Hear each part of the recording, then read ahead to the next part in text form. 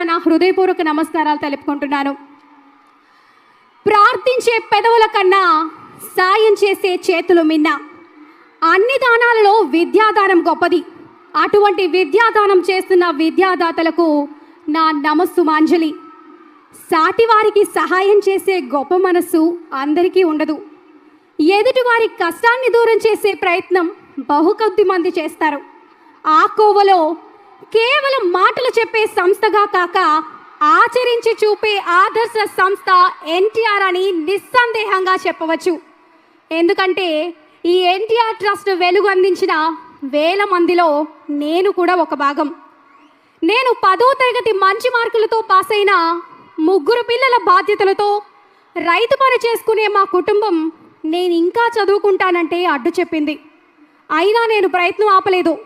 మహానాడు వేదికగా మన చంద్రన్నకు నా కుటుంబం యొక్క ఆర్థిక వెనకబాటుతనాన్ని, నాకు చదువుపై ఉన్న